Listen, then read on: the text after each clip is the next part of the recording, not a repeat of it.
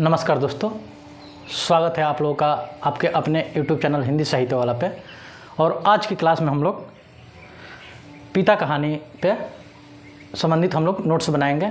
आप लोग को एक बार याद दिलाना चाहेंगे कि इससे पिछली क्लास में हम लोग मतलब आप और हम मिल के पिता कहानी के मूल पाठ को पढ़े थे। तो चलिए आज की क्लास में हम लोग शुरू करते हैं पिता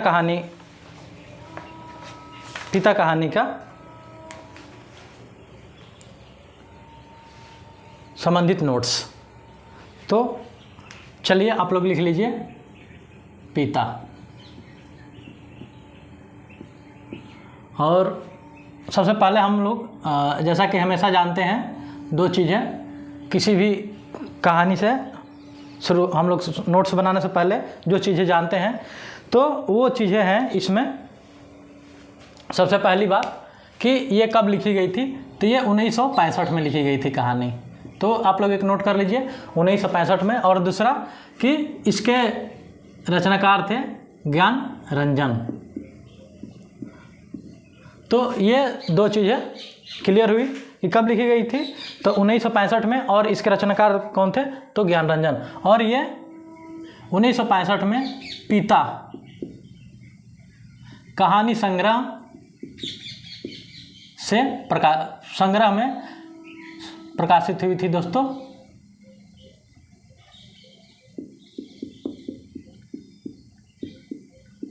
पिता ही नाम के कहानी संग्रह भी थी और इसी में ये सम्मिलित थी दोस्तों ये कहानी।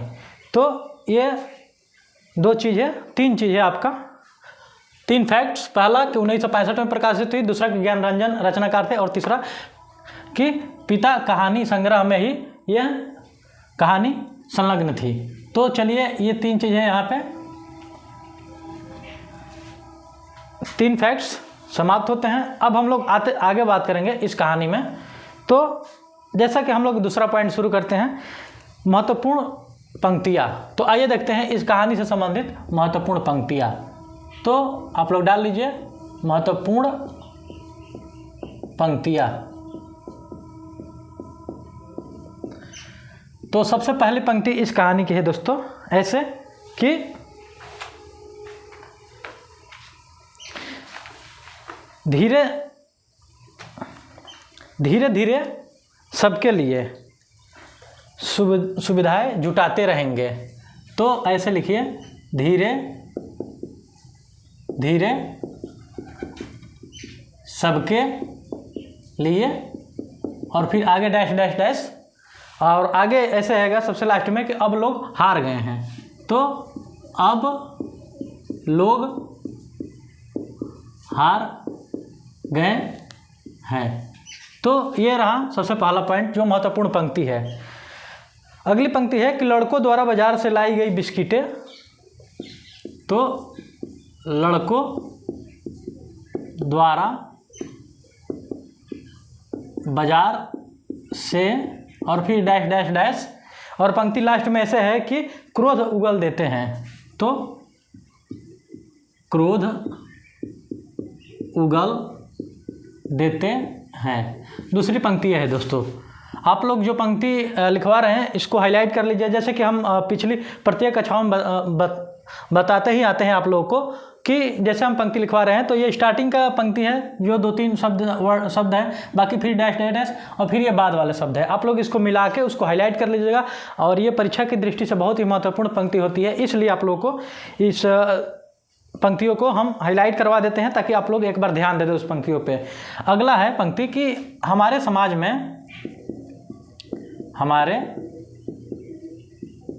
में, और फिर डैश डैश डैश, और फिर ऐसे है लास्ट में कि व्यतीत किया करते हैं।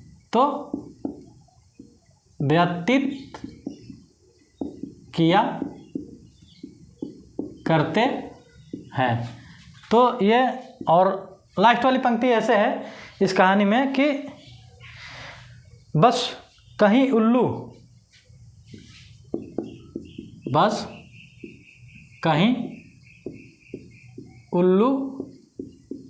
एक गति, और फिर डैश डैश डैश, और लास्ट में ऐसे है ये कि कितना निरर्थक है। कितना निरर्थक तो है। तो दोस्तों ये रही 4 पंक्तियाँ जो इस कहानी से महत्वपूर्ण है। आप लोग इसको हाईलाइट कर लीजिएगा मूल कहानी में। अब हम लोग इसके बाद इस कहानी के विषय पर देखेंगे। आप लोग अगर इसे नोट कर लीजिए हैं, नहीं तो स्क्रीनशॉट ले लीजिए। अब इसके बाद हम लोग चलेंगे कहानी के विषय पे, ये कहानी का विषय क्या है। तो चलिए देखते हैं इसके बाद महत्वपूर्ण पंक्तियों के बाद कहानी का विषय। तो आप लोग डाल लीजिए हेडिंग, कहानी का विषय। और कहानी के विषय में हम लोग नोट करेंगे कि सबसे पहला बात कि मानवीय जीवन व्यवस्था का चित्रण है इस कहानी में। जैसा कि आप लोग देखते हैं कि इस कहानी में उसका जो लड़का रहता है बेटा, और वो अपने बाप के देखता है कि वो बाहर सोया है, बाकी लोग घर के जो बाकी सदस्य है वो अंदर दूसरे कमरे में पंखे के नीचे सोए हैं। वो सोचता है कि उनको कई बार कहा गया कि वो अंदर सोएं, लेकिन उन सुविधाओं का लाभ नहीं उठाते। सबके लिए सुविधाएं कर देते हैं लेकिन वो खुद ही उस सुविधा के अंदर नहीं रहना चाहते। तो लिख सकते हैं हम लोग मानवीय जीवन व्यवस्था का चित्रण। तो लिख लीजिए आप लोग, मानवीय जीवन व्यवस्था का चित्रण। अगला पॉइंट हम लोग नोट करेंगे इस कहानी में। तो ऐसे हो जाएगा, गर्मी के दिनों की पीड़ा है जो पूरा रहता है। दोस्तों देखिए, जैसे हमें भी गर्मी हो रही है, गर्मी के दिनों की पीड़ा कि वो बाहर पंखा हिलाता रहता है हाथ वाला और फिर सो जाता है, और पूरी जैसे टी शर्ट पूरा चिपचिपी रहती है गर्मी से। जैसे देखिए अभी हमारा है चेहरे पे पूरा पसीना। तो दोस्तों ये है गर्मी का दुख। ये आप लोगों को लाइव क्लास में ये भी पढ़ाया जा रहा है और ये झेला भी जा रहा है। तो दोस्तों ये दोनों काम साथ साथ हो रहा है। आगे हम लोग कहानी में, लेकिन इस पसीने पर मत आइए, आप लोग मेहनत के पसीने पर जाइए, ताकि आप लोग इस टॉपिक से जो हम पढ़ा रहे हैं इससे कुछ आप लोग लाभान्वित हो, और इस सब्जेक्ट से। तो चलिए आगे बढ़ते हैं। पिता पुत्र के रिश्ते की दूरी। तो अगला देख लेते हैं, पिता के जीवन का सार। तो ये भी दिखाया गया है, एक पिता के जीवन का सार दिखाया गया है इस कहानी में, कि एक पिता अपने बच्चों के लिए सारी व्यवस्थाएं कैसे करता है लेकिन खुद ही उस व्यवस्था तले नहीं रहना चाहता है। और फिर इस कहानी के बारे में 1-2 चीज़ें और लोग नोट कर सकते हैं। जैसे 2 पीढ़ियों के अंतर को दिखाया गया है इस कहानी में, कि उसके बच्चे कैसे सोचते हैं और उसके पिता कैसे सोचते हैं। तो 2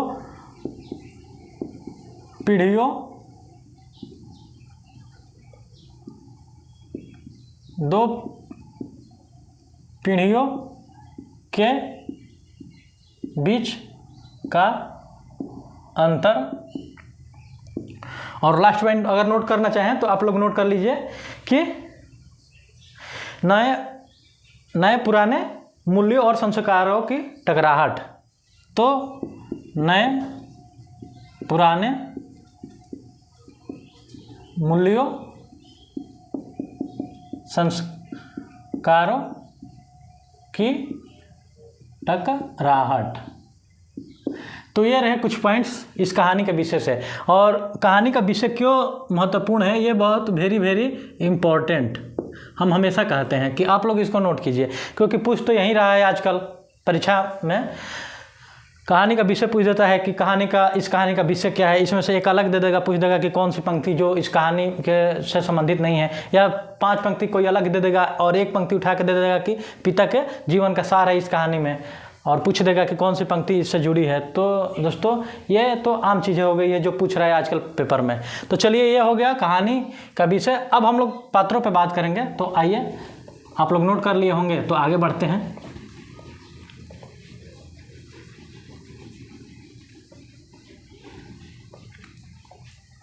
और हम लोग अब बात करेंगे पात्र या चरित्र पे। तो अगला पॉइंट है पात्र या चरित्र। और इसमें हम लोग देखेंगे, चूँकि इस कहानी में ज़्यादा पात्र तो नहीं है, लेकिन जो है उसी पे बात करेंगे। तो पात्र में बस एक पिता का जिक्र आया है, तो पिता और फिर उसके बाद बेटा का जिक्र आया है चूँकि, और बेटा की जो पत्नी है तो देवा उसका नाम है शायद, हाँ देवा, तो देवा नाम आया है।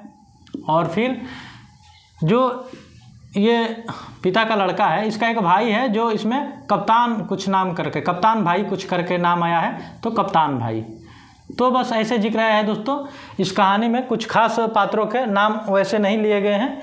अब हम लोग आगे बात करेंगे ज्ञान रंजन जी के कुछ प्रमुख कहानियों के बारे में। तो चलिए नोट करते हैं कुछ उनकी प्रमुख कहानियाँ। तो ये हो गया, तो हम मिटाते हैं और आगे बढ़ते हैं हम लोग। तो ज्ञान रंजन की कुछ प्रमुख कहानियों के बारे में बात करेंगे। तो आप लोग लिख लीजिए ज्ञान रंजन की कुछ प्रमुख कहानियाँ, और वो कौन कौन सी कहानियाँ हैं तो चलिए हम लोग नोट करते हैं और देखते हैं। तो सबसे पहली जो कहानी आती है ज्ञान रंजन की, बहिर्गमन फिर अनुभव। तो आप लोग नोट कर लीजिए, बहिर्गमन, फिर दूसरा है अनुभव। आगे हम लोग बात करेंगे, ये अनुभव है दोस्तों। आगे बात करेंगे उनकी कहानियों में। तो कहानियों में है घंटा, फेस के इधर उधर, घंटा, और फिर अगला है फेस के इधर उधर। और इस कहानी फेस के जो इधर उधर है, ये इम्पोर्टेंट कहानी है, आप लोग नोट कर लीजिएगा कि इनका ज्ञान रंजन का है, क्योंकि ये कई बार आ चुका है कहानी में। कहानी से मतलब दोस्तों इसमें पेपर में कई बार ये फेस के इधर उधर कहानी के बारे में पूछ चुका है, चाहे जिस तरह से कोई क्वेश्चन आए। तो फेस के इधर और उधर है, तो फेस के इधर और उधर। अब हम लोग चलेंगे आगे कहानी में, इनकी कौन कौन सी कहानी है। तो यात्रा, फिर अगली कहानी है इनका छतरी वाला छा है दोस्तों, क्षणजीवी। तो क्षणजीवी है।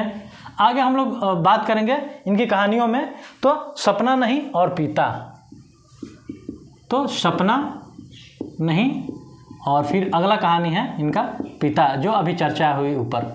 तो ये रहे इनके कुछ प्रमुख कहानियाँ, बहिर्गमन, अनुभव, घंटा, फेस के इधर और उधर, यात्रा, क्षणजीवी, सपना नहीं और पिता। ये रहे कुछ इनके महत्वपूर्ण कहानी। अब हम लोग यहाँ पे कुछ पुराने कवि लेखक हैं जो इनकी कहानियों के बारे में कुछ चीज़ें कहे हैं। जैसे बच्चन सिंह हैं, तो बच्चन सिंह ने इनकी कहानियों के बारे में कहा है अपने शब्दों में कि पिता का केंद्रीय वस्तु अकेलापन है। आप लोग चाहें तो नोट कर लीजिए, बच्चन सिंह कहते हैं ज्ञान रंजन के कहानियों के बारे में कि पिता कहानी का केंद्रीय विषय वस्तु जो है वो अकेलापन है। ठीक। इसके बाद गोपाल राय हैं, वो अपने शब्दों में इनकी कहानियों के बारे में लिखते हैं कि ज्ञान रंजन का पिता कहानियों की पीढ़ियों की सोच और जीने के तौर तरीकों को व्यक्त करने वाली कहानी है। एक बार और आप लोग चाहें तो नोट कर लीजिए, गोपाल राय ने अपने शब्दों में लिखा है कि ज्ञान रंजन की जो पिता कहानी है यह पीढ़ियों की सोच और जीने की तौर तरीकों की कहानी है।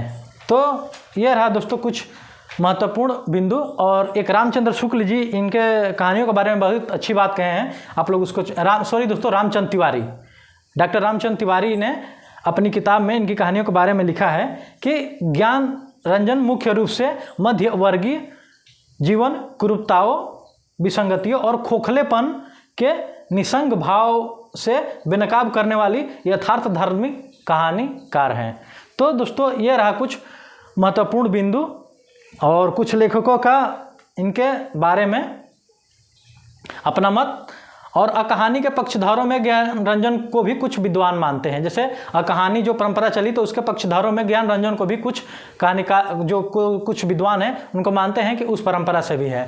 तो ये रहा दोस्तों कुछ महत्वपूर्ण बिंदु और कुछ महत्वपूर्ण नोट्स आप लोग को तैयार कराए ज्ञान रंजन के बारे में और पिता कहानी के बारे में और फिर कुछ उनकी प्रमुख कहानियाँ। तो दोस्तों आज की क्लास यहीं समाप्त करते हैं और मिलते हैं आप लोगों से अगली क्लास में एक नए कहानी के साथ। तो चलिए दोस्तों, आज की क्लास यहीं पर समाप्त करते हैं। आप लोग वीडियो को लाइक, सब्सक्राइब और शेयर कीजिए और अपने दोस्तों में भी सब्सक्राइब करवाइए। तो थैंक यू दोस्तों, आज की क्लास यहीं समाप्त करते हैं। मिलते हैं आप लोगों से अगली क्लास में एक नई वीडियो के साथ। Thank you.